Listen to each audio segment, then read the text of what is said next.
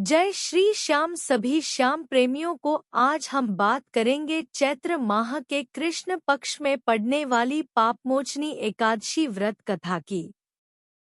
इस उपवास को रखने से अनजाने में किए गए पापों से मुक्ति की प्राप्ति होती है। इसके साथ ही पापों का नाश होता है। ऐसा कहा जाता है कि पापमोचनी एकादशी की व्रत कथा पढ़ने या सुनने से पापों से मुक्ति की प्राप्ति होती है। इस व्रत के प्रभाव से सभी पापों का अंत हो जाता है। पापमोचनी एकादशी व्रत कथा प्रारंभ करने से पहले हम जानेंगे पापमोचनी एकादशी का शुभ मुहूर्त और पारण टाइम क्या रहने वाला है। लेकिन उससे पहले अगर आप हमारे श्याम संग खाटू चैनल पर नए हैं तो चैनल को सब्सक्राइब कर ले और बेल नोटिफिकेशन को याद से ऑन कर ले, जिससे आपको हमारी ऐसी और वीडियोस की नोटिफिकेशन सबसे पहले मिल सके।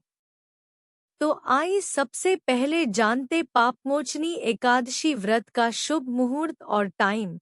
पंचांग के अनुसार चैत्र माह के कृष्ण पक्ष की एकादशी तिथि की शुरुआत 25 मार्च को सुबह 5:05 पर होगी और 26 मार्च को देर रात 3:45 पर होगा।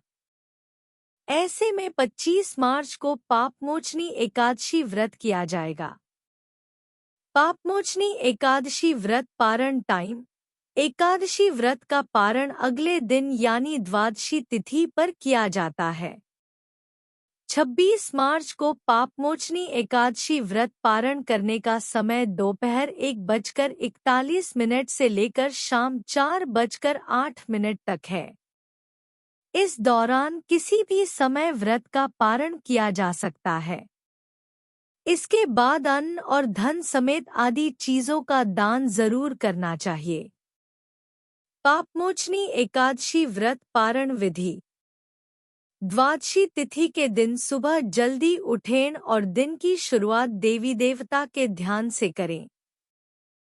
स्नान करने के बाद भगवान विष्णु और मां लक्ष्मी की पूजा अर्चना करें। देसी घी का दीपक जलाकर आरती करें। प्रभु के मंत्रों के जप करें। फल मिठाई समेत आदि चीजों का भोग लगाएं। जीवन में सुख शांति की प्राप्ति के लिए कमान करें। इसके बाद तुलसी मिश्रित जल ग्रहण कर व्रत खोलें और दान करें। तो आइए अब शुरू करने जा रहे हैं पापमोचनी एकादशी व्रत कथा। भगवान श्री कृष्ण ने कहा, हे अर्जुन, हे कमलनयन, मैं ज्यों-ज्यों एकादशियों के व्रतों की कथाएं सुन रहा हूँ, त्यों-त्यों अन्य एकादशियों के व्रतों की कथाएं सुनने की मेरी जिज्ञासा बढ़ती ही जा रही है। हे मधुसूदन, अब कृपा कर आप चैत्र माह के कृष्ण पक्ष की एकादशी के विषय में बतलाइए। इस एकादशी का नाम क्या है? इसमें कौन से देवता का पूजन किया जाता है तथा इस व्रत का क्या विधान है? हे श्री कृष्ण, यह सब आप मुझे विस्तार पूर्वक बताने की कृपा करें। भगवान श्री कृष्ण ने कहा, हे अर्जुन, एक बार यही प्रश्न पृथ्वीपति मांधाता ने लोमश ऋषि से किया था। जो कुछ लोमश ऋषि ने राजा मांधाता को बताया था वही मैं तुमसे कह रहा हूँ। राजा मांधाता ने धर्म के गुह्यतम रहस्यों के ज्ञाता महर्षि लोमश से पूछा, हे ऋषि श्रेष्ठ, मनुष्य के पापों का मोचन किस प्रकार संभव है? कृपा कर कोई ऐसा सरल उपाय बताएं जिससे सहज ही पापों से छुटकारा मिल जाए। महर्षि लोमश ने कहा, हे नृपति, चैत्र मास के कृष्ण पक्ष की एकादशी का नाम पापमोचनी एकादशी है। उसके व्रत के प्रभाव से मनुष्यों के अनेक पाप नष्ट हो जाते हैं। मैं तुम्हें इस व्रत की कथा सुनाता हूँ। ध्यानपूर्वक श्रवण करो। प्राचीन समय में चैत्ररथ नामक एक वन था। उसमें अप्सराएं किन्नरों के साथ विहार किया करती थीं। वहाँ सदैव वसंत का मौसम रहता था, अर्थात उस जगह सदा नाना प्रकार के पुष्प खिले रहते थे। कभी गंधर्व कन्याएं विहार किया करती थी, कभी देवेंद्र अन्य देवताओं के साथ क्रीड़ा किया करते थे। उसी वन में मेधावी नाम के एक ऋषि भी तपस्या में लीन रहते थे। वे शिवभक्त थे। एक दिन मंजुघोषा नामक एक अप्सरा ने उनको मोहित कर उनकी निकटता का लाभ उठाने की चेष्टा की, इसलिए वह कुछ दूरी पर बैठ वीणा बजाकर मधुर स्वर में गाने लगी।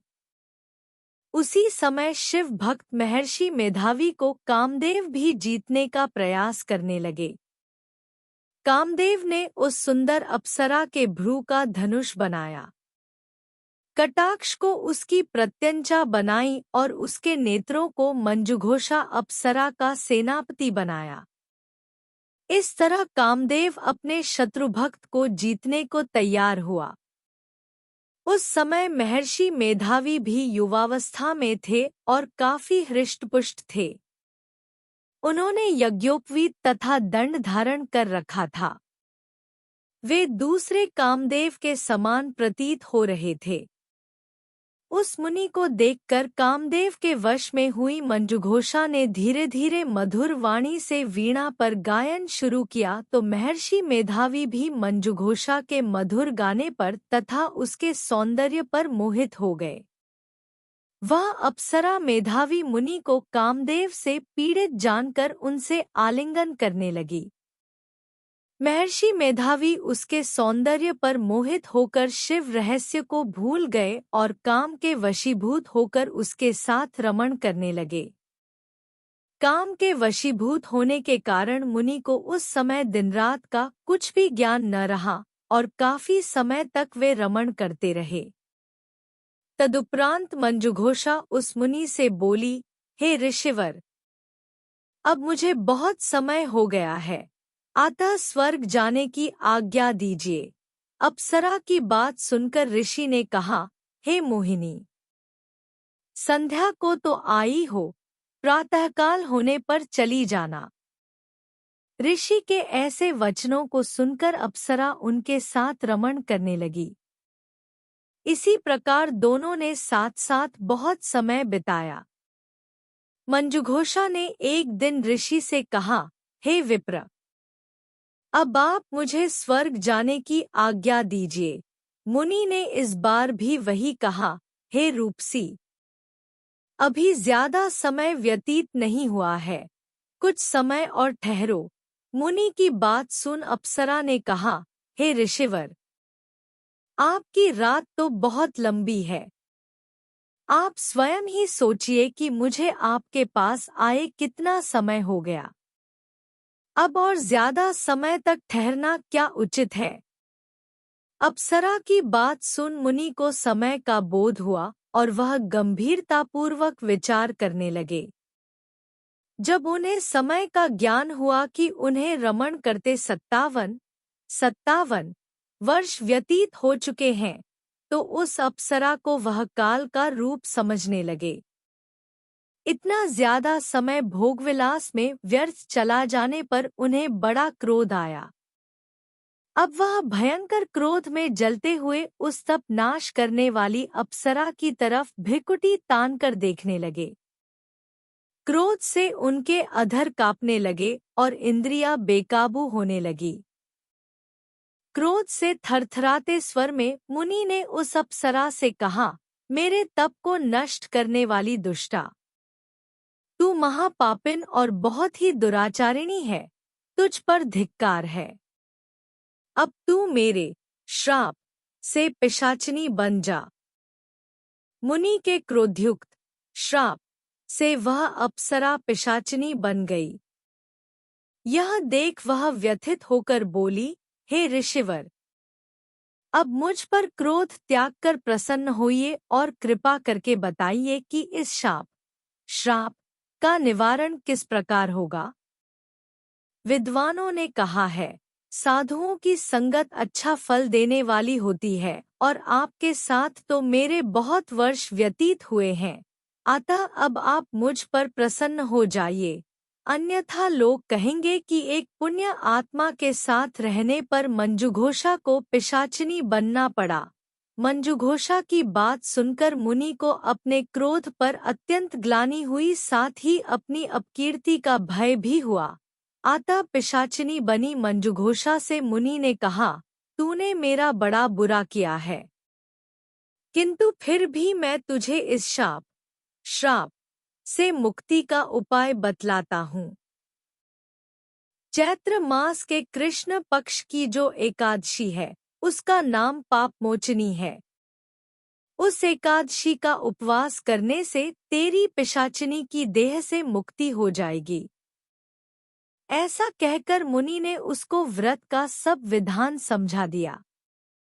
फिर अपने पापों का प्रायश्चित करने के लिए वे अपने पिता च्यवन ऋषि के पास गए।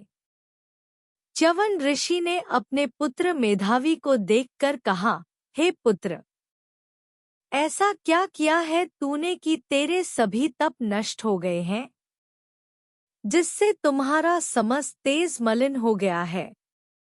मेधावी मुनि ने लज्जा से अपना सिर झुकाकर कहा, पिताश्री, मैंने एक अप्सरा से रमण करके बहुत बड़ा पाप किया है। इसी पाप के कारण संभवतः मेरा सारा तेज और मेरे तप नष्ट हो गए हैं। कृपा करके आप इस पाप से छूटने का उपाय बतलाइए। ऋषि ने कहा, हे पुत्र, तुम चैत्र माह के कृष्ण पक्ष की पापमोचनी एकादशी का विधि तथा भक्तिपूर्वक उपवास करो, इससे तुम्हारे सभी पाप नष्ट हो जाएंगे। अपने पिता च्यवन ऋषि के वचनों को सुनकर मेधावी मुनि ने पापमोचनी एकादशी का विधिपूर्वक व्रत किया। उसके प्रभाव से उनके सभी पाप नष्ट हो गए। मंजुघोषा अप्सरा भी पापमोचनी एकादशी का उपवास करने से पिशाचिनी की देह से छूट गई और पुनः अपना सुंदर रूप धारण कर स्वर्गलोक चली गई। लोमश मुनि ने कहा, हे राजन, इस पापमोचनी एकादशी के प्रभाव से समस्त पाप नष्ट हो जाते हैं। इस एकादशी की कथा के श्रवण व पठन से 1000 गोदान करने का फल प्राप्त होता है। इस उपवास के करने से ब्रह्मा हत्या करने वाले, स्वर्ण चुराने वाले, मद्यपान करने वाले, अगम्यागमन करने वाले आदि भयंकर पाप भी नष्ट हो जाते हैं और अंत में स्वर्गलोक की प्राप्ति होती है। जय श्री श्याम। उम्मीद करती हूँ कि आपको पापमोचनी एकादशी व्रत कथा पसंद आई होगी, तो वीडियो को लाइक करें और कमेंट में जय श्री श्याम लिखना न भूलें। तो जल्द ही फिर मिलेंगे। जय श्री श्याम। यह वीडियो कैसा लगा हमें कमेंट्स में जरूर बताएं। हमारे बहुत सारे श्याम भक्त वीडियो देखते हैं पर सब्सक्राइब नहीं करते। अगर आपको यह वीडियो अच्छा लगा हो तो कृपया हमारा चैनल लाइक करें और सब्सक्राइब कर लें। घंटी आइकॉन को भी दबाना ना भूलें ताकि आने वाले नए वीडियो की सूचना आपको सबसे पहले मिल सके। यह सुनिश्चित करेगा कि आपको हमारे सभी नए वीडियो की सूचनाएं मिले। यह हमारे लिए बहुत प्रेरणा का काम होगा। जय बाबा खाटू श्याम।